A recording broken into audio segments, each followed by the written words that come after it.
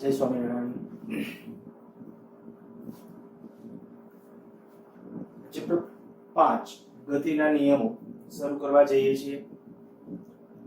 યંત્રશાસ્ત્રનું આપણું ત્રીજું ચેપ્ટર. યંત્રશાસ્ત્રનું પહેલું ચેપ્ટર એટલે ટેક્સ્ટબુકનું ત્રીજું, એક પરિમાણમાં ગતિ.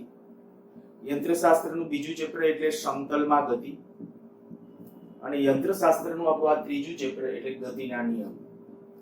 ખૂબ અગત્યનું, નીટ અને જીની દ્રષ્ટિએ પણ લગભગ આમાંથી બે કે બે કરતા વધારે ક્વેશ્ચન પણ અગાઉની વર્ષો દરમિયાન પૂછાયેલા છે, તો ખાસ ફોકસમાં રાખશું. પણ જો ત્રીજું અને ચોથું ચેપ્ટર હજી પ્રોપર નથી, જો તમે ત્યાં ત્રીજા અને ચોથા ચેપ્ટરની અંદર મેં જે પ્રેક્ટિસ કરાવેલી છે કે મેં તમને જે આપેલું છે એ હજી પ્રોપર નથી, તો સાથે સાથે એ પણ વ્યવસ્થિત કરતા જજો. અને જે આગળ વધીએ છીએ ચેપ્ટરને એને પણ ન્યાય આપજો. ચેપ્ટર શરૂ કરવું એ પહેલા આગલા જે આપણે કહીએ કે એક પરિમાણમાં ગતિ અને દ્વિપરિમાણમાં ગતિ, એનો જે એક કન્સેપ્ટની આપણે જરૂર પડવાની છે, હું એકાદ કન્સેપ્ટ ખાલી અહીંયા ઉલ્લેખ કરું છું, બાકી બધું વેક્ટર ને બધું અહીંયા કામનું છે જ, બરાબર. એ બધું હું અહીંયા રિપીટ નથી કરવાનો. પણ ગતિ માટેના જે કાઇનેમેટિક્સ જેને આપણે કહીએ ગતિશાસ્ત્ર, શુદ્ધ ગતિશાસ્ત્ર, અત્યાર સુધી આપણે જે ભણતા હતા એ શુદ્ધ ગતિશાસ્ત્ર. આમ છે ને, આને નીટ અને જીની દ્રષ્ટિએ NLM કહેવાય છે, Newton's law of motion. Generally આપણે કહીએ કે બે ક્વેશ્ચન જે આમાંથી પૂછાયેલા દરેક વખતે નોંધ લઈએ તો એમાંથી એક હોય ન્યૂટન ગતિના નિયમની એપ્લિકેશન, ન્યૂટન ગતિનો પહેલો, બીજો અને ત્રીજા નિયમની એપ્લિકેશન ઉપર આધારિત. જે કદાચ હું એમ કહું કે તમે સહેલાઈથી જેને ટેક્સ્ટબુક વાંચી અને આરામથી કવર કરી શકો, બરાબર. છતાં હું અત્યારે આપણે એને લેશું જ, પણ એના માટે તમારા ટેક્સ્ટબુક. પણ બીજો જે હોય જનરલી ક્વેશ્ચન એ મેથેમેટિકલ બેઝ અને જે આપણે કે ફ્રિક્શન એટલે કે ઘર્ષણ એના ઉપર રિલેટેડ ક્વેશ્ચન હોય, એ પણ ખૂબ અગત્યનો. સારું, ચેપ્ટરને શરૂ કરવા જઈએ એના માટે મેં કીધું એકાદ બે બાબતો મારે જે નોંધ લેવી છે. આગલા ચેપ્ટરમાં આપણે જે ભણ્યા એના ઉપરથી એક વસ્તુ કીધું, માની લો કે કોઈ એક સમક્ષિતિજ રોડ છે અને એના ઉપર કોઈ કાર v જેટલા વેગથી ગતિ કરે છે, ત્યારે આમાંથી કોઈ એક પદાર્થને પડતો મૂકવામાં આવે છે, બરાબર. આમાંથી એક પદાર્થને આ કાર છે, v વેગથી ગતિ કરે, તમારા શબ્દમાં લખવું હોય તો વિધાન લખી શકશો. કાર છે, માની લો કે v જેટલા વેગથી ગતિ કરે છે, પદાર્થને મુક્ત કરવામાં આવે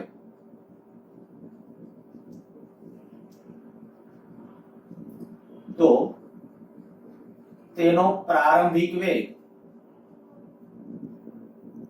એ કારના વેગ જેટલો હોય છે. કારનો જે પ્રારંભિક વેગ હોય એ વેગ, કાર આ બાજુ છે તો આ બોડીનો તમે કહી શકો આ બાજુનો એનો પ્રારંભિક વેગ તમારે કેટલો લઈ લેવાનો છે? v. અચ્છા, માની લો કે કાર છે એનો વેગ v છે, પણ સાથે v વેગથી અને દાખલા તરીકે a પ્રવેગ છે, આવી કાર ગતિ, તો કારમાંથી પદાર્થને મુક્ત પતન કરવામાં આવે તો જ્યારે મુક્ત પતન થાય ને તે ક્ષણે જે કારનો વેગ હોય, ધ્યાન રાખજો, કારણ કે વેગ પ્રવેગી ગતિ છે એનો અર્થ શું થાય? વેગ વધતો જાય છે, કારનો વેગ કન્ટિન્યુઅસલી વધતો જાય છે. તો આ સ્થિતિમાં એવું નહીં કહેતા કે પદાર્થને પ્રવેગ પણ મળે છે. ખાસ ધ્યાન રાખીએ, કારનો પ્રવેગ એ પદાર્થને મળતો નથી.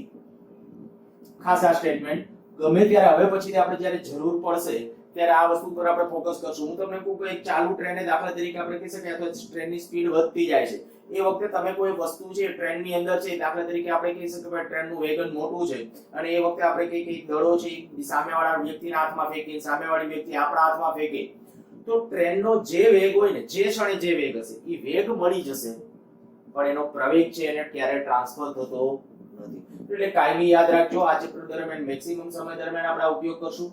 અચ્છા, બીજું માની લઈએ કે આવી રીતે આમ છે કોઈ ટ્રેક છે અને આ તો પાટા છે અને કાર દાખલા તરીકે આ બાજુ આમ ગતિમાં છે, કાર આ રીતે આમ ગતિમાં છે, v જેટલા વેગથી એક ચોક્કસ વેગથી ગતિમાં છે, ત્યારે આપણે માની લઈએ કે એક પદાર્થને આ બાજુ આમ ફેંકવામાં આવે છે અને એનો વેગ છે u કહી દો, u જેટલા વેગથી ફેંકવામાં આવે છે આ બાજુ. કોઈ પ્રવેગ નથી આયા. કાર છે એની કારની ગતિ છે v જેટલા વેગથી આ તરફ છે, આ કાર છે અને કારની ગતિ છે આપણે કીધું v જેટલા વેગથી આ તરફ છે, અને એ વખતે u જેટલા વેગથી આ બાજુ કોઈ પદાર્થને ફેંકવામાં આવે છે તો તમને એમ કહેવામાં આવે કે તે ક્ષણે આનો પરિણામી વેગ કેટલો હશે. તો પરિણામી વેગ સહેલાઈથી વાત છે કે જેટલો કારનો વેગ હોય, હું અહીં જે પદાર્થ માટે કહું તો આ જે u વેગ છે એ તો છે જ, પ્લસમાં આપણે કહી શકીએ કે આ v વેગ જે કારનો વેગ છે એને મળી જાય છે. અને પરિણામી જો એનો પરિણામી વેગ તમે નક્કી કરવા જતા હોય તો સભાચકોના નિયમ પ્રમાણે આ એનો થશે v નેટ. તો v નેટ બરાબર કેટલું થાય √v² + u². તો આ છે એના પરિણામી વેગની વાત. કોઈ પણ ટૂંકમાં નિર્દેશ ફ્રેમમાં જે નિર્દેશ ફ્રેમમાં હોય પ્રારંભમાં એ નિર્દેશ ફ્રેમનો જે વેગ હોય એ એમાંથી ડ્રોપ થતો અથવા એમાંથી ટુકડા થતા પદાર્થને મળી જાય. હું આવું એક કહું, માની લો કે એક રાસાયણિક બોમ્બ છે અને રાસાયણિક બોમ્બને છે આપણે અહીંથી આમ ફેંકેલો છે, બરાબર મહત્તમ ઊંચાઈ આમ પહોંચે છે, અહીં મહત્તમ ઊંચાઈ, ત્યારે બે ટુકડામાં વિભાજિત થાય છે. એ બે ટુકડા ગમે એમના ફંગોળાય પણ એને આયા જે વેગ હતો ને, અહીંયા હું કહું કે આ બાજુ વેગ હશે મહત્તમ ઊંચાઈ હોય ત્યારે પદાર્થને તમે અહીંથી ચોક્કસ વેગથી ફેંકો, પ્રક્ષિપ્ત ગતિમાં આ ભણ્યા થીટા, દાખલા તરીકે થીટા કોણે v0 વેગથી આપણે પદાર્થને ફેંકેલો છે, તો અહીંયા જ્યારે પહોંચ્યા ત્યારે અહીંયા વેગ કેટલો હશે v0 cos થીટા. જો મહત્તમ ઊંચાઈએ આ ટુકડા થાય, આ પદાર્થ હું કહું કે આ પદાર્થ અથવા રાસાયણિક બોમ્બના મહત્તમ ઊંચાઈએ એકાએક બે ટુકડા થાય તો આ v0 cos થીટા વેગ તો રાસાયણિક બોમ્બને મળી જ જશે. બરાબર, એ રીતે વિધાન પૂરું કરી નાખ્યું કે v0 cos થીટા જેટલો વેગ રાસાયણિક બોમ્બને મળી જ જશે. એ સિવાય બની શકે કે આને છે અંદર જે ઓલી ઊર્જા છૂટી પડી એને પરિણામ ધક્કો લાગે ને એ બધી બાજુ આમ ફંગોળાતા હોય તો બાકીના વેગ હોઈ શકે. તમારે અત્યારે આટલું, હવે બાકીનું આ જે રાસાયણિક બોમ્બના ટુકડા કેમના ફંગોળાશે ને કેમ ફંગોળાશે ને એવું બધું આપણે આ ચેપ્ટરમાં ભણશું. બરાબર, આપણે ડિટેલમાં આના વિશે પછી ચર્ચાઓ કરશું. તો આ એક પ્રક્ષિપ્ત ગતિના પ્રકારની વાત થઈ કે કોઈ મહત્તમ ઊંચાઈએ રાસાયણિક બોમ્બ ફૂટે છે, એક ટુકડો આયા પડે, બીજો ટુકડો ક્યાં પડશે, આવું બધું કેલ્ક્યુલેશન આ ચેપ્ટરમાં કરશું. પણ એ કરવા માટે તમને આ વસ્તુ આવડવી જરૂરી છે કે ભાઈ એનો જે વેગ હોય ને એ વેગ, આ વેગ તો એને મળી જ જાય છે. હવે વધારાના જે બળો લાગવાને પરિણામે જે નવા વેગ જન્મ થશે અથવા નવા વેગ જેમને મળશે એ એઝ ઇટ ઇઝ જે પ્રમાણે નિયમો હોય એ પ્રમાણે મળતો હશે. હજી એકાદ વાત કરતો પછી ચેપ્ટર શરૂ કરી દઈએ. આ બધા છે એ ભલે ચેપ્ટરની શરૂઆતમાં પણ લખી નાખજો.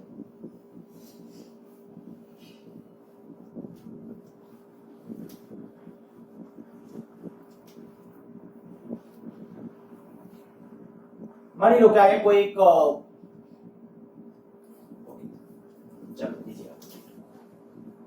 એક ટાવર છે, આ ટાવર, આ એક બાળક એક વસ્તુને છે ને મુક્ત પતન આપે છે. એ જ ક્ષણે અહીંથી ટાવરના તળિયે પણ અમુક દૂર એને એક ચોક્કસ કોણે અહીંથી આમ પ્રક્ષિપ્ત કરવામાં આવે છે.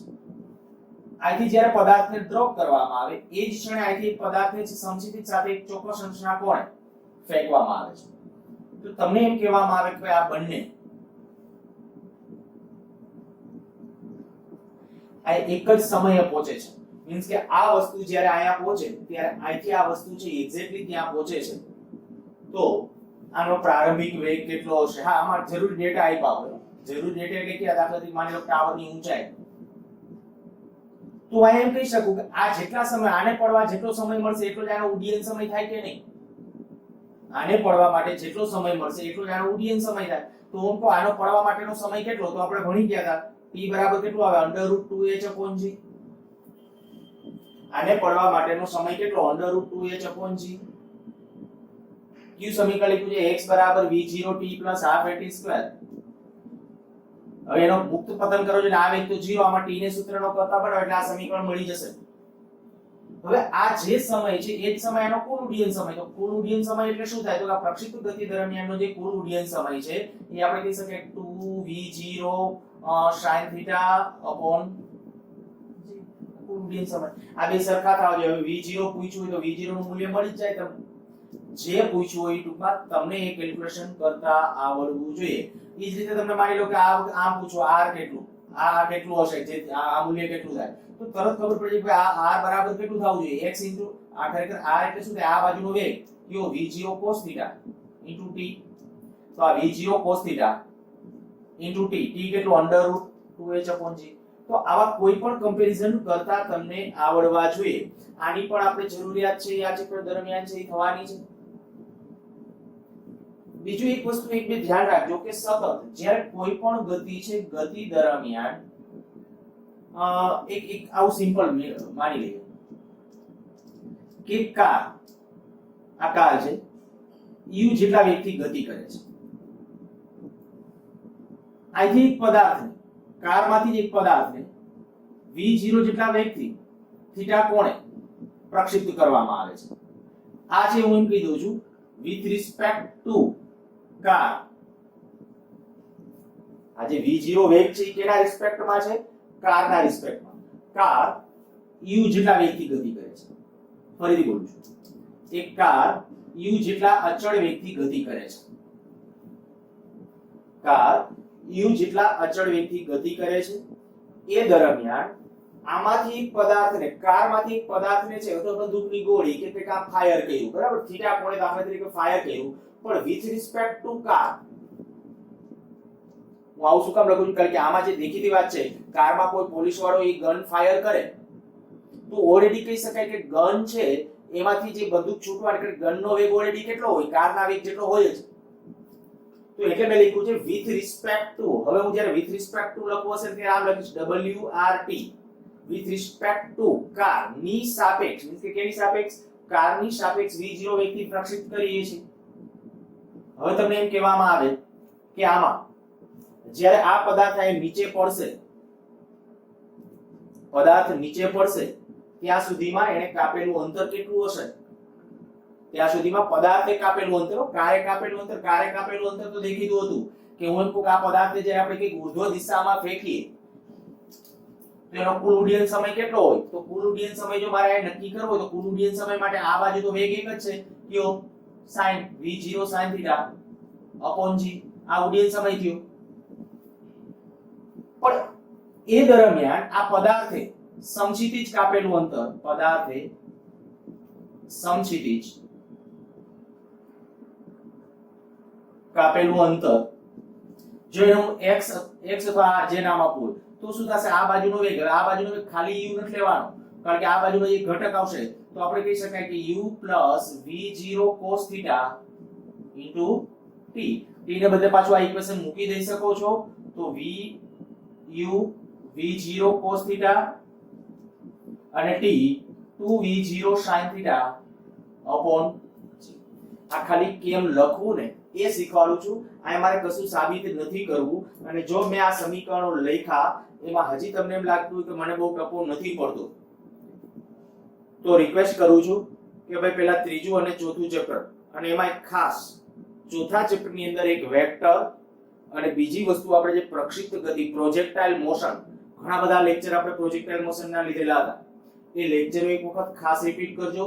જેટલો તમારો એમાં કોન્ફિડન્સ છે એ પ્રમાણે હું આમાં સહેલાઈથી તમારો કોન્ફિડન્સ છે એ વધારી શકીશ. અને એ તમને કહી દઉં કે ભાઈ 11 12 નું જે નીટ અને જી છે ને, ભલે કદાચ ઘણી વખત તમને એવું કહેવામાં આવે તો કહેવામાં કરતા હું તમને કહું, આ વખતે દાખલા તરીકે નીટના પેપર માટે જો વિચારીએ તો લગભગ 80 માર્કનું 11મા ધોરણનું હતું 11th માંથી, અને 100 માર્કનું છે ફિઝિક્સ એ 12th માંથી હતું આ વખતનું પેપર. પણ જો તમારામાં આ 80 માર્ક લેવાની એબિલિટી ન હોય ને તો આમાંથી કદાચ તમારા 30 40 થી વધારે માર્ક ન આવે, 30 40 થી વધારે ન આવે. એટલે કોઈ એવું વાયડામાં ન રહેતા. અને ઘણા કેટલાક બાળકો છે સીધા સર આમાં નીટ અને જી માટે છે યાર વધુ આઈએમપી ચેપ્ટરો કે આઈ ચેપ્ટરો અમારે કરવા છે, તો ખાસ કહું છું, હું વારે ઘણી બોલું છું કે જેનું મિકેનિક્સ સારું ને એને 11th 12th નું ફિઝિક્સ, 11th અને 12th નું બે ફિઝિક્સ સારું. એટલે મિકેનિક્સ નું આપણું ત્રીજું ચેપ્ટર, ચોથું ચેપ્ટર અને પાંચમું શરૂ કરીએ છીએ અને હજી આગળ જતા છે, એ બધું હું કહેતો જઈશ આગળ. પણ આ બધા આવડવા અનિવાર્ય છે.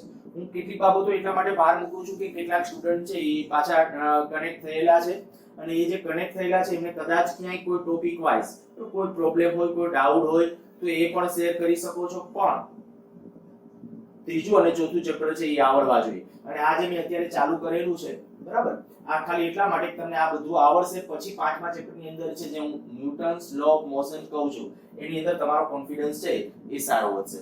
સારું, હવે ચેપ્ટર તરફ આગળ વધીએ છીએ. જે હું યંત્રશાસ્ત્ર કહું છું, ખરેખર યંત્રશાસ્ત્રની અંદર છે ને આમ કાઇનેમેટિક્સ અને ડાયનેમિક્સ, આમ કાઇનેમેટિક્સ અને ડાયનેમિક્સ નો શું બે વચ્ચે ભેદ ખરા? તો પદાર્થની ગતિ માટે જવાબદાર કારણોની ચર્ચા કર્યા સિવાય માત્ર ગતિનું વર્ણન, હું આ ટૂંકું લખું છું, કારણોની ચર્ચા કર્યા સિવાય માત્ર ગતિનું વર્ણન. અને આ ગતિનું વર્ણન જો તમારે કારણોની ચર્ચામાં ન જવું હોય, માત્ર સાદું ગતિનું વર્ણન કરવું છે, તો એનો વેગ એટલે કે ઝડપ, ત્વરા જેને આપણે કહીએ છીએ, એ વ્યવસ્થિત રીતે તમે ભણી કાઢો ને એટલે તમને કાઇનેમેટિક્સ સારી રીતે છે એ પચાવતા આવડી જાય. અને આપણે અત્યારે જે ત્રીજું અને ચોથું ચેપ્ટર પૂરું કરેલા છે ને એ કાઇનેમેટિક્સ ના કહેવાય, મીન્સ કે બીજા અર્થમાં કહું ને તો શુદ્ધ ગતિ વિજ્ઞાન. ગતિ વિજ્ઞાન ખરું પણ શુદ્ધ ગતિ વિજ્ઞાન. કારણોની ચર્ચા કર્યા સિવાય માત્ર ગતિનું વર્ણન. પણ હવે જે આ ડાયનેમિક શબ્દ, આમ તો ડાયનેમિક્સ નો અર્થ થાય ગતિશાસ્ત્ર, પણ ખરેખર પદાર્થને ગતિમાં લઈ આવવા માટે, પદાર્થની ગતિ માટે જવાબદાર કારણો સહિત પદાર્થના ગુણધર્મોનો અભ્યાસ.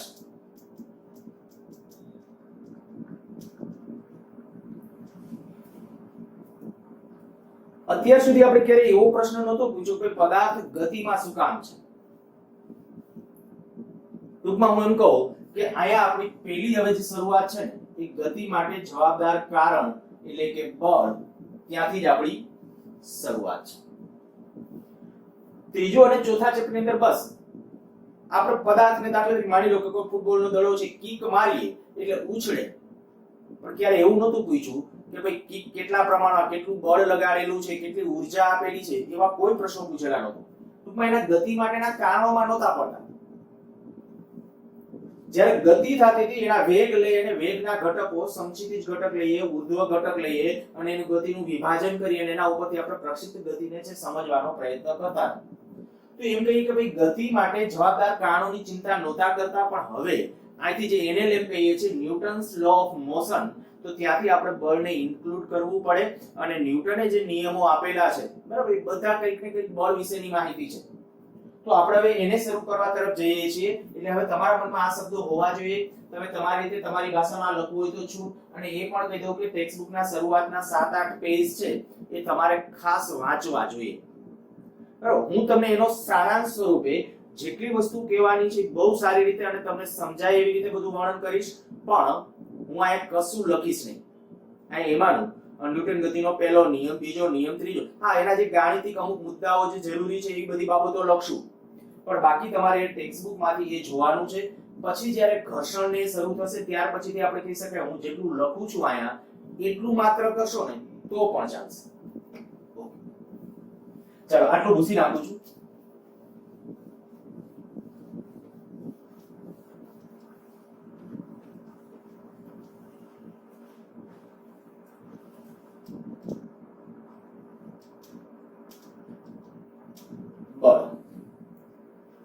કોઈ પણ પદાર્થ છે ને એના પ્રવેગ માટેનું કારણ, પ્રવેગ અથવા પ્રતિપ્રવેગ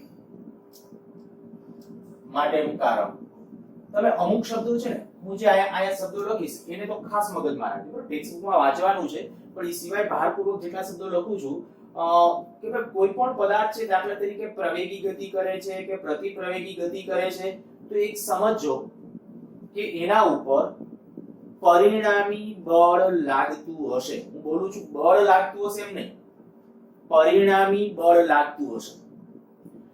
જો પરિણામી બળ ન હોય તો બળ ન લાગે. હું હજી બળ માટેની જો ડેફિનેશન આપું તો એમ કહેશું બળ એક એવી ભૌતિક રાશિ છે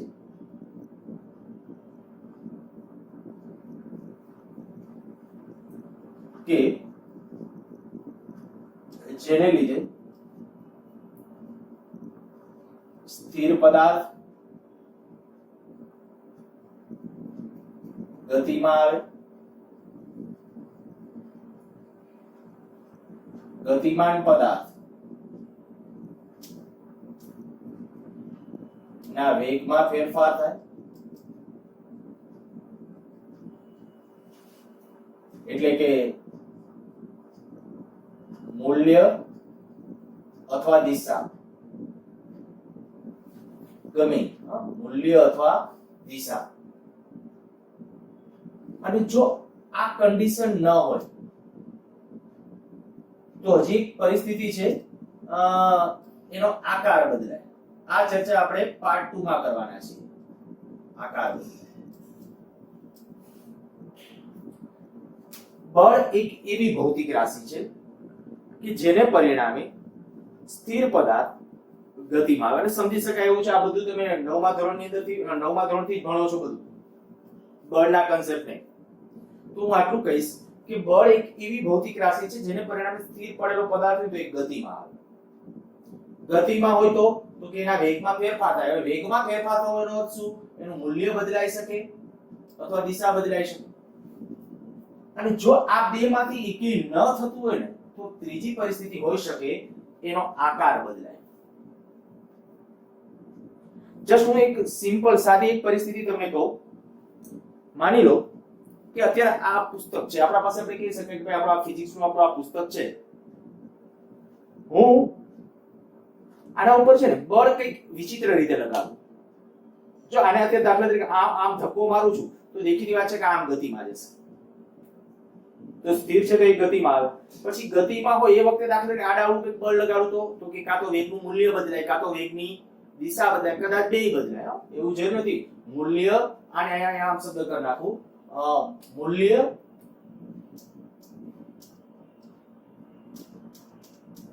અને અથવા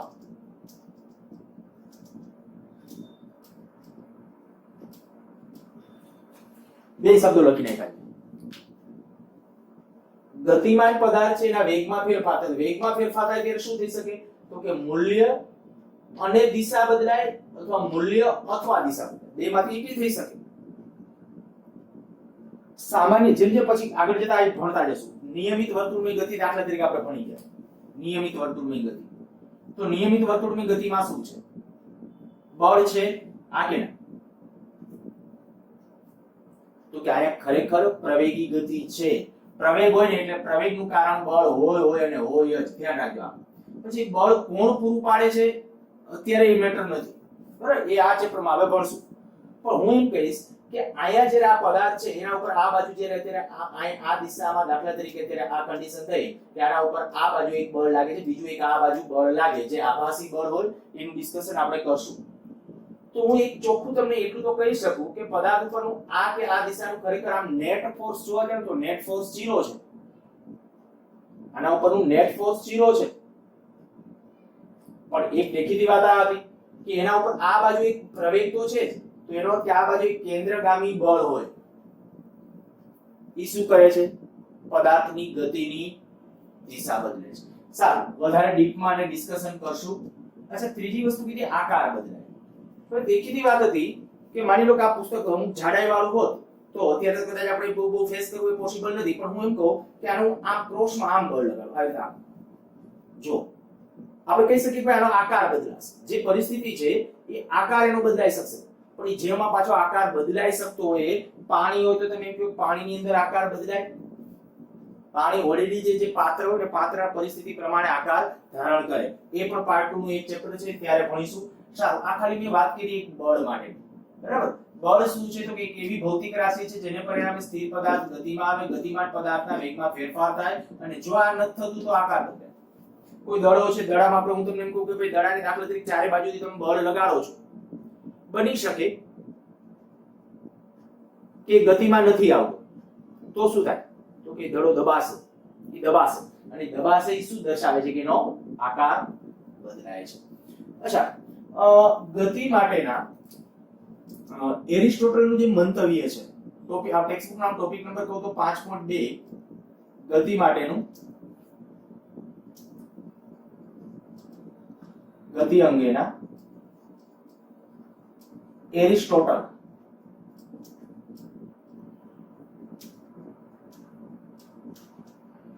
નું મંતવ્ય.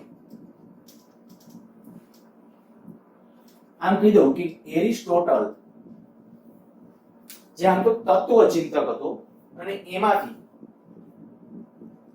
પોતાની જે કેટલીક અવલોકન લેવાની ટેવ એને કારણે એને સાયન્સ માટે કેટલાક નિયમો આપેલા છે. એમાંના ગતિ માટેના જેટલા નિયમો આપ્યા છે ને મોટા ભાગના ખોટા છે. હા, ગતિ માટે આપણે કહીએ તો એરિસ્ટોટલે જેટલા મંતવ્યો આપેલા છે એને એક સ્ટેટમેન્ટ આવું કીધું હતું કે પદાર્થની ગતિ જાળવી રાખવા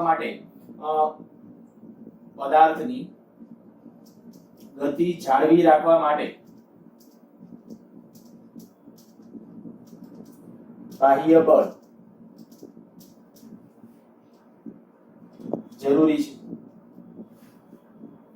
એરિસ્ટોટલનું મંતવ્ય, એક મંતવ્ય ગતિ અંગે કે કોઈ પણ પદાર્થની ગતિ જાળવી રાખવી હોય તો બાહ્ય બળ જરૂરી છે. હવે પહેલી નજરે તો કદાચ આપણે એમ કહી શકાય કે હા, પણ આની જે કદાચ કુટેવ કહીએ તો શું તો કે પોતે નરી આંખે જોયેલા જે અવલોકનો છે ને એને વિજ્ઞાનના નિયમો બનાવી દીધા હતા. રિયલમાં ઘણી વખત વિજ્ઞાનની અંદર આપણે એમ કહીએ ને કે જે દેખાય છે એવું હોતું નથી અને હોય છે એ એક્ઝેક્ટલી દેખાતું નથી. આ કન્ડિશન છે. આપણે ખબર છે કે ભાઈ સૂર્યોદય થાય તો આપણે એમ કે ભાઈ સૂર્ય ઉગે છે, સૂર્ય આથમે છે. ખરેખર તમને ખબર છે કે સૂર્ય સ્થિર છે અને એની આજુબાજુ પૃથ્વી ફરે છે તો આપણે એમ કહેવું પડે કે પૃથ્વી ઉગે છે અને પૃથ્વી આથમે છે. પણ આપણે તો જોઈએ જ છીએ દરરોજ સવારમાં ઉઠીએ ત્યારે સૂર્ય ઉગતો આમ ગતિ કરતો દેખાય છે. પણ જે કીધું ને કે જે ખરેખર છે એવું દેખાતું નથી અને દેખાય છે એવું દરેક વખતે. વળી તમને એમ થાય કે આપણે કે સાયન્સ શું બધું ઊંધું છે, એવું નથી. પણ કેટલાક નિયમો એટલે એરિસ્ટોટલ, હા, અને એરિસ્ટોટલે તમે એ મોડલની અંદર ત્યાં સૂર્યમંડળની અંદર અને એને એમાં પણ એક ગપ્પો આવો મારેલો હતો કે ભાઈ પૃથ્વીની આજુબાજુ છે બાકીના બધા ગ્રહો ને બધું સૂર્ય બધું પરિભ્રમણ કરે છે. આવું સ્ટેટમેન્ટ એ પણ એનું ખોટું છે. પણ હા, એરિસ્ટોટલ માટે આ એક ગતિ માટેનું જે સ્ટેટમેન્ટ છે, ગતિ માટેના સ્ટેટમેન્ટની અંદર કે પદાર્થની ગતિ જાળવી રાખવા માટે બાહ્ય બળ જરૂરી છે. આવા કેટલાક જે પોતાના સ્ટેટમેન્ટ જેને કે નરી આંખે, હા, હું તમને એક સાદું એક ઉદાહરણ આપું. માની લો કે આપણી પહેલા નાના હશો ત્યારે તમે કદાચ જુદી જુદી ગાડીઓ, રમકડા ગાડી કે એવું ગમી હોય તો એને તમે જમીન ઉપર ઢસડવાનો પ્રયત્ન કરતા હો તો તમે એની સાથે દોરી બાંધેલી હોય અને દોરીને તમે ખેંચતા હશો, દોરી ખેંચાય એટલે ગાડી ખેંચાશે. જેવી દોરી ખેંચવાની બંધ કરતો ગાડી બંધ થઈ જશે. એ કીધું છે એ આપણું અવલોકન કહેવાય, નરી આંખે જોયેલું. તો બસ આને એવું જ કીધું કે જો પદાર્થની ગતિ જાળવી રાખવી હોય તો બાહ્ય બળ જરૂરી છે. દાખલા તરીકે સાયકલની ગતિ ચાલુ રાખવા માટે પેડલ વડે બળ લગાડવું પડે. હવે આમાં તમે ના ન પાડી શકો. હું તમને કહું પેડલ મારવાનું બંધ કરો છું સાયકલ ગતિ ચાલુ રહે.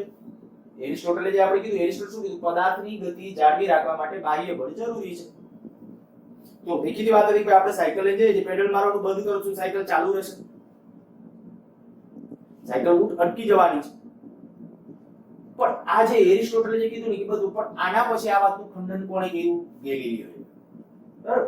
ગેલિલિયોએ આના માટેનો જે કહેવાય કે જડત્વનો નિયમ, અને જે જડત્વનો નિયમ એને પ્રૂવ કર્યો ને, તો એના માટે હું અત્યારે કહું કે ભાઈ ગેલિલિયોનું અવલોકન અથવા ગેલિલિયો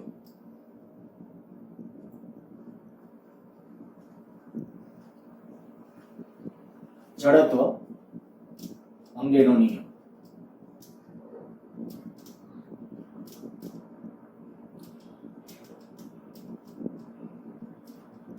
ગેલિલિયોનો જડત્વ અંગેનો નિયમ, તો એ જડત્વ અંગેનો નિયમ શું છે? તો કે જો કોઈ પદાર્થ સ્થિર હોય, અચ્છા આમાં જડત્વના નિયમની અંદર છે ને ત્રણ બાબતો પાછી, સ્થિર જડત્વ અથવા જડત્વનો સ્થિર નિયમ, પછી ગતિમાન પદાર્થ માટે જડત્વનો નિયમ અને ડિરેક્શન દિશા માટેનો જડત્વનો નિયમ.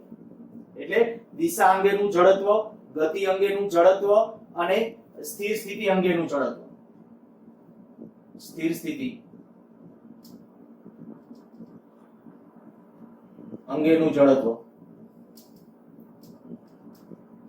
ગતિ અંગેનું જડત્વ. આ ટેક્સ્ટ બુકમાં ક્યાંય શબ્દો નહીં હોય. દિશા અંગેનું જડત્વ. ટૂંકમાં આપણે કઈ પદાર્થ માટેનું જે જડત્વ તમારે જોઈતું હોય ને, તો જડત્વ ત્રણ બાબતોને. જડત્વ શું છે હું તમને સાદી ભાષામાં આમ કહું, જડત્વ એટલે શું? જડ એટલે પકડાયેલું, પોતાનું એક વલણ ન ગુમાવવાનો ગુણધર્મ.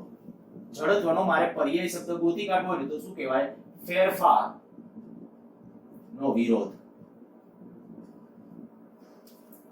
જડત્વનો ગુણધર્મ શું છે? તો કે ફેરફારનો વિરોધ.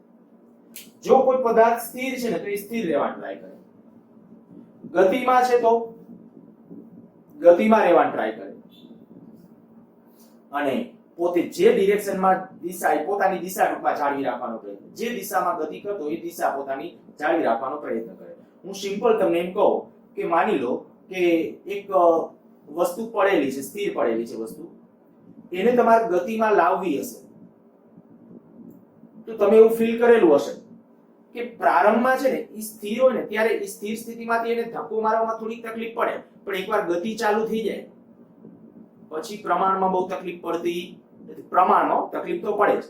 દાખલા તરીકે કોઈ વસ્તુ છે, કાર છે, કાર સ્થિર ઊભી છે, તો એ કાર સ્થિર સ્થિતિમાંથી એને સેજ તમારા ધક્કો મારી ગતિમાં તો પ્રારંભમાં વધારે બળ લગાડો, પણ એકવાર ગતિ ચાલુ થઈ જાય પછી કદાચ આપણે કહી શકાય થોડું બળ ઘટાડી નાખશો તો પણ એની ગતિ ચાલુ રહેશે. તો એ કયા સંદર્ભમાં સમજાવી શકાય? તો કે સ્થિર જડત્વ, કારણ કે સ્થિર હતું તો એ સ્થિર રહેવાનું ટ્રાય કરે છે. પછી ગતિમાં હોય તો ગતિમાં રહેવાનું ટ્રાય કરે છે. આપણને ખ્યાલ છે કે ભાઈ કાર છે ગતિ કરતી જાય છે, માની લો કાર ગતિ કરતી જાય છે અને આપણે આડા ઉતરીએ એને રોકવા માટે, તો એક્સિડન્ટ. દેખીતી વાત છે કે પોતે ગતિમાં છે એટલે ગતિમાં રહેવાનો પ્રયત્ન કરશે, એને તાત્કાલિક રીતે અટકાવી ન શકાય, એટલે ગતિમાન વસ્તુ ગતિમાં રહેવાનું ટ્રાય કરે, અને એ જ રીતે પદાર્થ પોતાની ગતિની દિશા જાળવી રાખવાનું, તો એને દિશા અંગેનું જડત્વ કહેવાય. એને દિશા અંગેનું જડત્વ કહેવાય. હવે આ વસ્તુ જે આપણે અહીંયા ખરેખર આણે જે કીધું અને આ ગેલિલિયોનું જે સ્ટેટમેન્ટ આવ્યું, હજી ગેલિલિયોનું સ્ટેટમેન્ટ આટલાથી પૂરું નથી થતું. ગેલિલિયો ત્યાર પછી તો ઘણા બધા એક્સપેરિમેન્ટ કર્યા, ટેક્સ્ટ બુકની અંદર આકૃતિ ડ્રો કરીને છે. હું તમને એમ કહું કે માની લો કે આવી રીતે આમ ઢોળાવ છે, હું અત્યારે આ રીતે આમ ઢોળાવ દર્શાવી દઉં છું, આ રીતે આમ ઢોળાવ છું, અહીંથી એક પદાર્થને પડતો મૂકવામાં આવે. બીજી પરિસ્થિતિ આવી લઈએ,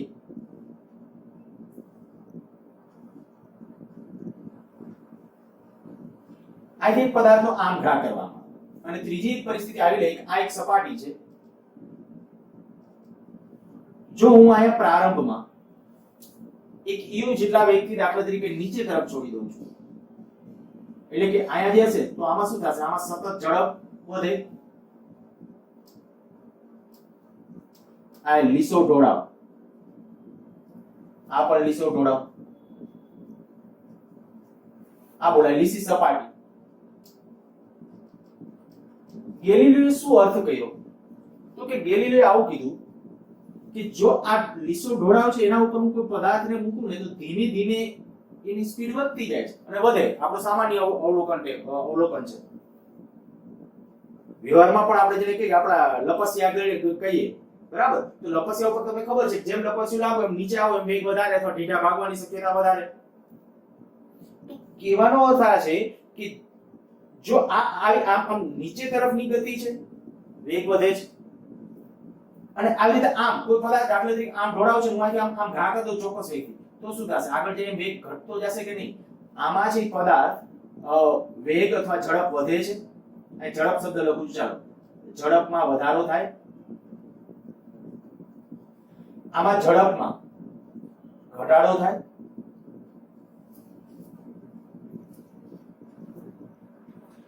જો પદાર્થ આમ પડતો આવે છે તો ઝડપમાં વધારો થાય, આને તમે આમ ઉપર તરફ ઘા કરો છો તો ઝડપમાં ઘટાડો થાય છે, તો હું તમને એમ કહું કે આ ઢોળાવ ધીમે ધીમે ઘટાડતો આવતો, તો કે આમ ઢોળાવ ઘટાડો ઝડપમાં વધારો થશે પણ ઓછો થશે, પેલા થતો તેના કરતા ઓછો થશે, આમાં ઢોળાવ ઘટાડું તો કે ઝડપમાં ઘટાડો થશે, ઓછો થશે. ચાલો ધીમે ધીમે એવું કરીએ કે આ ઢોળાવ છે એ ઘટાડતા જાય ઘટાડતા જાય ઘટાડતા જાય ઘટાડતા જીરો કર નાખ ઢોળાવ, તો શું થાય? જોજો ઢોળાવ હતો, પદાર્થ નીચે આવે છે તો ઝડપ વધતી જાય છે, પદાર્થ ઉપર જાય છે તો ઝડપ ઘટતી જાય છે, તો કે આ ઢોળાવ હોય જ નહીં, એને સમતલ બનાવી નાખવામાં આવે તો લીસી સપાટી થાય, તો કે એની ઝડપ માં વધારો કે ઘટાડો ન થવો જોઈએ. જોજો આ ગેલીલીએ કરેલું અર્થઘટન છે. ગેલીલીએ જે વસ્તુ કીધી કે જ્યારે પદાર્થ આ ઢોળાવ છે તો લીસો ઢોળાવ છે એના ઉપર પદાર્થ આમ આવે છે તો સ્પીડ વધે છે, આમ છે આમ જાય છે સ્પીડ ઘટે છે, તો કે બે કિસ્સામાં તમે ઢોળાવ ધીમે ધીમે ઘટાડતા જાઓ તો કે અહીંયા છે ઝડપમાં વધવાનો દર ઘટતો જશે અને આમાં ઝડપમાં ઘટાડાનો દર છે એ ઘટતો જશે. તો ઈ જે સ્થિતિ થઈ કે ઢોળાવ જો 0 થઈ જાય ને તો એનો અર્થ એવો થાય કે ભાઈ ઝડપમાં વધારો ન થવો જોઈએ, ઝડપમાં ઘટાડો ન થવો જોઈએ, મીન્સ કે અચળ ગતિ જાળવી રાખતો હોવો જોઈએ. હવે જોવો જોઈએ આમાં મેં કોઈ બળ લગાડ્યું છે, આમાં કોઈ બળ લગાડ્યું છે, હા કે ના? ટૂંકમાં પદાર્થની ગતિ દરમિયાન બળ લાગે છે, તો આપણે કોઈ લગાડેલું બળ નથી, ગુરુત્વાકર્ષણ બળ હશે, ગુરુત્વાકર્ષણ બળ હશે અને એટલે ઝડપમાં વધઘટ થાય છે. એનું કારણ એ છે પણ આપણે કોઈ બળ નથી લગાડ્યું, દેખીતી વાત આ છે આપણે કોઈ બળ નથી લગાડ્યું. અને આમાં વિચાર્યું કે આપણી ગતિ દરમિયાન કોઈ બળ લાગે છે, એવું ન કહેતા કે આપણે ઘા તો કર્યો છે, ઈ ઘા કર્યું મેં પહેલા જો સ્ટેટમેન્ટ ચાલુ કર્યું ત્યારે પહેલું એક સ્ટેટમેન્ટ કીધું હતું, સ્ટાર્ટ કર્યું ત્યારે કીધું કે પદાર્થની ગતિ શરૂ થઈ જાય ને પછીની ક્ષણે એને પ્રવેગ ન હોય, હા જે વેગ હોય, મેં આને દાખલા તરીકે હાથમાંથી છોડી દીધો, જ્યારે છોડી દીધો ને પછી તમે એમ ન કહી શકો કે આપણે લગાડેલા બળની અથવા પ્રવેગની અસર, પછી એને આપણો પ્રવેગ હોતો નથી, એ માત્ર કયો હોય તો કે વેગ હોય, આપણો જે વેગ હતો એ વેગ એને મળી ગયો હોય અથવા ઊર્જા હોય એમ કહેવાય, એ એની અસર હેઠળ ગતિમાં છે. એટલે ખાસ ક્યારેક ખોટું નહીં વિચારતા, મેં એટલે ચેપ્ટર સ્ટાર્ટ કર્યું ત્યારે પહેલા કીધું હતું, હું હજી એકવાર ફરીથી બોલું છું કે જ્યારે આ પદાર્થને આપણે આમ તરફ ઘા કરીએ છીએ, આ તરફ જ્યારે આપણે ધક્કો મારીએ છીએ ત્યારે એવું ન વિચારતા કે આપણે લગાડેલું બળ આપણે લગાડેલું બળ છે એટલે ગતિ કરે છે, આપણું બળ ત્યારે લાગતું નથી. નો ડાઉટ આપણે બળને કારણે એને ઊર્જા મળી છે, એ ઊર્જાની અસર હેઠળ છે એમ કહેવાય, એટલે ઊર્જાની અસર હેઠળ પદાર્થ ગતિમાં છે. મીન્સ કે કહેવાનો અર્થ એ થઈ ગયો કે આના ઉપર બળ લાગે છે તો એ કયું છે? માત્ર ગુરુત્વાકર્ષણ આપણું નહીં, એવી રીતે અહીંયા તો કે અહીંયા ગુરુત્વાકર્ષણ બળ આપણું કોઈ બળ નથી, તો આપણે કોઈ બળ નથી લગાડેલું છતાં અહીંયા ઝડપમાં વધારો થાય છે, આપણે કોઈ બળ લગાડેલું ટૂંકમાં આપણે લગાડેલા બળની અસર હેઠળ નથી છતાં પણ અહીંયા ઝડપમાં ઘટાડો થાય છે, તો આપણે કોઈ બળ લગાડેલું નથી તો અહીંયા કોઈ ઝડપમાં વધારો કે ઘટાડો થવો જોઈએ નહીં. એનો અર્થ એવો થાય કે જો બળ ન લગાડવામાં આવે ત્યાં સુધી સ્થિર હોય તો સ્થિર રહેવાનું ટ્રાય કરે, ગતિમાં હોય તો એ ગતિમાં રહેવાનું ટ્રાય કરે, જે હશે પદાર્થ પોતાના ફેરફારનો વિરોધ, પોતાનું વલણ, પોતાનું જડત્વનું વલણ ન ગુમાવવાનો એનો જે ગુણધર્મ છે, એ જ છે આપણો ગેલીલીઓએ આપેલો નિયમ અથવા જેને કે ન્યૂટન ગતિનો પહેલો નિયમ. હેડી કાયદેસર પછી આવતા લેક્ચરમાં પાછું હું કહીશ કે ન્યૂટન ગતિનો પહેલો નિયમ શું છે. બહુ જો કે આ ચર્ચા થઈ જ ગઈ આની અંદર ઓલરેડી ન્યૂટન ગતિના પહેલા નિયમ, પણ ખાલી એકવાર હેડિંગ બાંધીને ફરીથી આના વસ્તુ તમને એકવાર ફોકસ કરાવડાવીશ. એક જ વસ્તુ જે આગળ કહું, જે આયા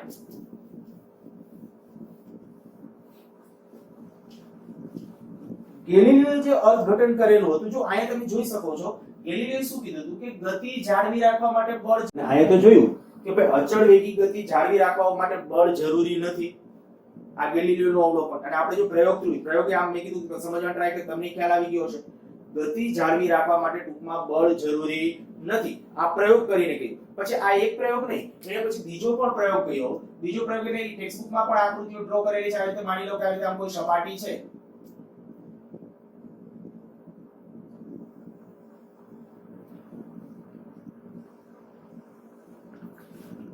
અહીંથી પદાર્થને પડતો મૂકવામાં, અન્ય ગબડી શકે એવો પદાર્થ છે તો શું થશે અહીંથી દાખલા તરીકે એની હાઈટ બરાબર આ સમક્ષિતિજ સપાટી ગણી લઈએ અહીંથી એની હાઈટ છે ને એ h છે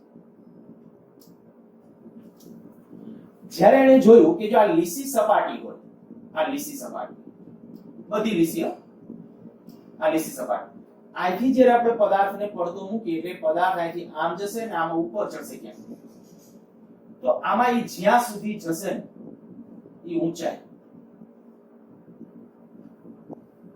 આ h ડેશ કહો તો h dash less or equal to h જો સંપૂર્ણ લીસી સપાટી છે તો ઇક્વલ ટુ લીસી સપાટી હોય તો ઇક્વલ ટુ ખરબચડી સપાટી હોય તો આ જે પદાર્થ અહીં જશે એ ખરબચડી સપાટી હશે તો અહીંયા જે જશે એનાથી થોડો ટૂંકમાં આપણે કહી શકાય કે આના લેવલ ટુ લેવલ નહીં આવે એનાથી થોડો નીચે રહેશે આયા કદાચ આપણે કે આ લેન્થ ગમે ઈ હોય ઢોળાવની આયા આ ઢોળાવની લેન્થ ગમે ઈ સેમ વસ્તુ ચાલો આમાં બીજી આકૃતિ માટે વધુ સ્પષ્ટ આ ઊંચાઈ h છે આયા હું એમ કહું કે જો આ લીસી સપાટી હશે ને તો એવી જગ્યા સુધી જશે કે આ h ડેશ બરાબર શું થાય h લીસી સપાટી હોય તો ધ્યાન રાખજો લીસી સપાટી અને આયા મેં લીસી સપાટી લખ્યું છે તો હું ઇક્વલ ટુ જ કરી નાખું લીસી લખ્યું છે એટલે ધ્યાન રાખજો બાકી નહીતર શું હોય h ડેશ નું મૂલ્ય છે એના કરતા નાનું હોય આ ક્યારેય શક્ય નથી h dash greater than h ક્યારેય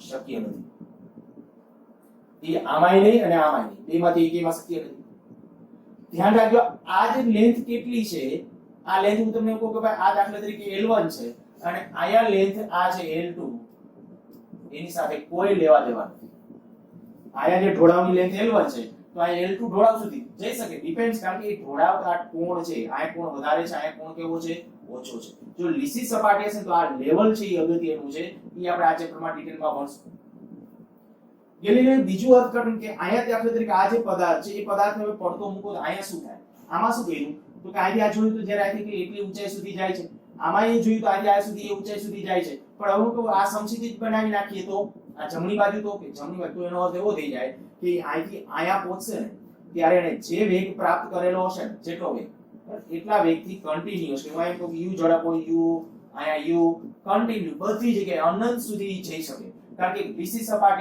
સપાટી છે તો એની ઝડપ કેવી રહેવી જોઈએ અચળ બરાબર આ ગેલીલિયોએ કરેલું તારણ છે અને હું આ એક છેલ્લે આટલું એક કહું કે પદાર્થની ગતિ દરમિયાન જો કોઈ નેટ બળ ન લાગતું હોય પદાર્થની ગતિ દરમિયાન જો તેના પર કોઈ ચોખ્ખું પરિણામી બળ લાગતું ન હોય તો તે સ્થિર હોય તો સ્થિર ટૂંકું લખું છું હવે ગતિમાં હોય તો ગતિમાન અવસ્થા એનો જાળવી રાખે છે પદાર્થ ગતિ દરમિયાન જો પદાર્થની ગતિ દરમિયાન જો તેના પર કોઈ ચોખ્ખું બાહ્ય બળ ન લાગતું તો સ્થિર હોય તો સ્થિર અને ગતિમાં હોય તો અચળ વેગથી ગતિ જાળવી રાખે છે તો એરિસ્ટોટલનું આપણું જે મંતવ્ય હતું એવું એરિસ્ટોટલે એવું કીધું કે ગતિમાં જાળવી રાખવી તો બળ લગાડવું જરૂરી છે પેડલ મારવા જરૂરી સાયકલ ચલાવવી છે સાયકલની અચળ વેગી ગતિ જાળવી રાખવી છે તો પેડલ મારવા જરૂરી છે આવું એરિસ્ટોટલે કીધું અને આને એમ કીધું ભાઈ સાયકલને અચળ વેગી ગતિ જાળવી રાખવી હોય ને તો બળ લગાડવું જરૂરી નથી મેં આના ઉપરથી કીધું અચળ વેગી ગતિ જાળવી રાખવી હોય તો પછી કોઈ બળ લગાડવું જરૂર નથી હા એટલે આમ આવતું હશે ત્યારે સ્પીડ વધશે પણ ત્યાં તો ગુરુત્વાકર્ષણ બળ લાગે છે એટલે પછી આમ જશે ત્યારે ગુરુત્વાકર્ષણ બળ આમ હોય આમ કોઈ બળ લાગતું નથી તો એનો અર્થ કે આ બાજુની ગતિ કેવી હશે અચળ વેગી અચળ ઝડપી ગતિ હશે એમ કહેવાય તો ખરેખર એરિસ્ટોટલનું મંતવ્યમાં શું ભૂલ છે અને અહીંયા ગેલીલિયો જે વધારા તો કે હકીકત એ છે હું એક સ્ટેટમેન્ટ બોલું છું કે પદાર્થ છે ને અચળ વેગી ગતિમાં હોય ને પદાર્થ અચળ વેગી ગતિમાં ત્યારે આપણે એની કઈક ગતિ જાળવી રાખવા માટે આપણે બળ એટલા માટે લગાડીએ છીએ કે એના ઉપર કોઈ બળ ન લાગે. શું બોલું છું? આપણે બળ એટલે લગાડીએ છીએ કે એના ઉપર બળ ન લાગે. એટલા માટે એરિસ્ટોટલની છે ને ભૂલ એ હતી કે એને ઘર્ષણ પર ધ્યાનમાં નહોતું લીધું. જ્યારે આપણે કે ભાઈ સાયકલ કે લઈને જઈએ છીએ ત્યારે સાયકલ અને રસ્તા વચ્ચે ઘર્ષણ બળ લાગે છે, એટલે જો આપણે પેડલ મારવાનું બંધ કરીએ તો ઉલટાનું બળ લાગે. પેડલ મારવાનું બંધ કરીએ તો બળ લાગે. કયું બળ લાગે? ઘર્ષણ બળ. પણ જેવું હું તમને એમ કહું કે દાખલા તરીકે આપણે પેડલ મારીએ આ બાજુ, એટલે ગતિ આ બાજુ થશે. જો અચળ વેગી ગતિમાં છે તો સમજવાનું કે તમે પેડલ વડે આમ એટલું બળ લગાડો છો જેટલું ઘર્ષણ બળ આમ લાગે છે. એટલે ખરેખર તો આપણે એમ કે સાયકલને પેડલ આપણે એટલા માટે મારીએ છીએ કે સાયકલ ઉપર કોઈ બળ ન લાગે. ટૂંકમાં પદાર્થની અચળ વેગી ગતિ જાળવી રાખવા માટે કોઈ બળ જરૂરી નથી. સારું, અત્યારે મેં ટેક્સ્ટ બુકમાંથી બે બાબતો, એરિસ્ટોટલનું મંતવ્ય અને ગેલિલિયોનું અવલોકન એ પૂરું કર્યું છે, અને સાથે સાથે આમ તો ન્યૂટન ગતિનો પહેલો નિયમ થઈ ગયો છે, પણ ન્યૂટન ગતિના પહેલા નિયમના કેટલાક ટેક્સ્ટ બુક બેઝ ઉદાહરણો ને નેક્સ્ટ લેક્ચર વખતે છે એ પાછા લેશું અને ત્યાંથી શરૂ કરશું.